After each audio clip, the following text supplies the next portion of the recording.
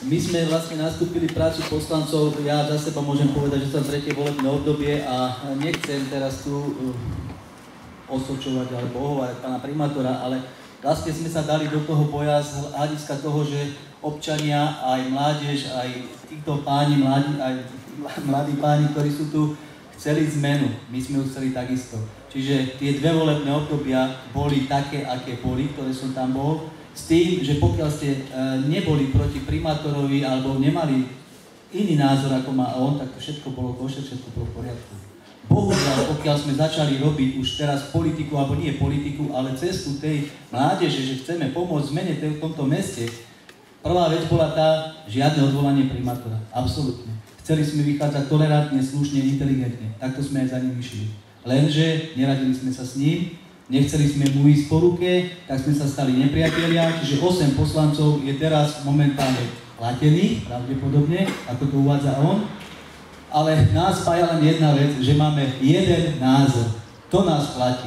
Jedine to, že máme myšlienkové pochody také, aké máme, že chceme prospieť mestu Nováky, občanov mesta, ktorí nás sem zvolali, alebo teda, ktorí nás volili.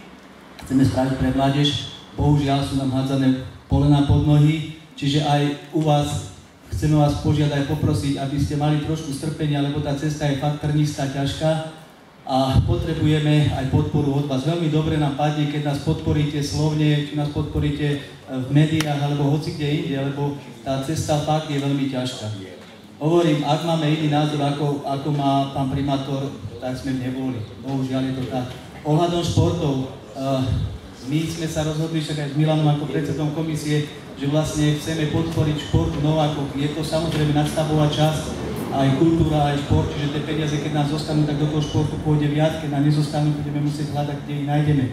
Obrovská vďaka tých, ktorí nám vedia pomôcť ako sponzori, ktorí vieme, ako bol klub rýchlostnej kanoistiky, kde nám Anton Kiaba pomohol, ako poviem to dneska otvoria, povedal som to aj vtedy, som pýkal za tie veci.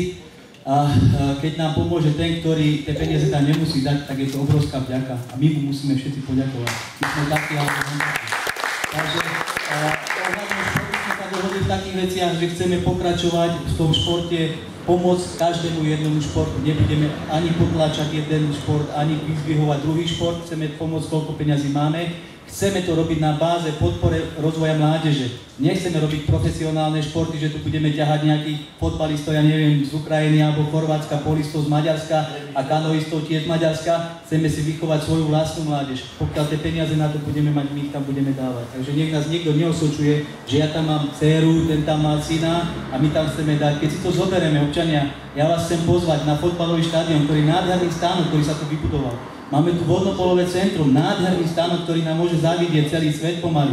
My tu máme lodenicu, kde sme vychovali x reprezentantov, príďte sa pozrieť, ako tam. Pokiaľ si nepomôžeme sami, tak nám nepomôže nikto. Toto je na to najsmutnejšie. Čiže aj tie prostriedky, ktoré sú tam investované, ale je to už priestorov veľmi mále. Čiže aj našou akože nejakou túžbou je, aby sme zveladili aj tento stánok. Takže aby ste vedeli aj to, aby nás niekto neokydával, že niekto tam má rodinného príslušníka a preto ho bije alebo to chce, to nie je pravda. Robíme to pre tieto deti, aby sme ich mali pod kontrolou, aby nás športovali, aby sa nám netúlali po parku a nefajčili. Ďakujem veľmi.